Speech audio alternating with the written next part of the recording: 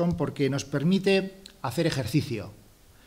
Un ejercicio en el que debemos de entrenar, y este ejercicio es lo de partir y compartir los bienes, para que puedan llegar a todas las personas. Es un ejercicio que queremos que se fomente y para el que debemos de entrenar de forma habitual en este partir y compartir.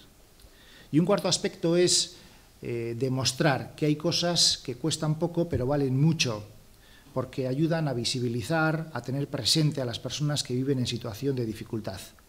Este roscón, esta iniciativa nos permite constatar un año más la necesidad de apoyo solidario, de firmeza en este apoyo, para poder sujetar y sostener el acompañamiento a todas las personas que acompañamos desde Cáritas. Durante el año pasado, más de 10.500 personas a lo largo del año pasado y con una tendencia ascendente este año que está acabando. Por todas estas razones, organizamos este roscón que sabemos que va a ser extraordinario.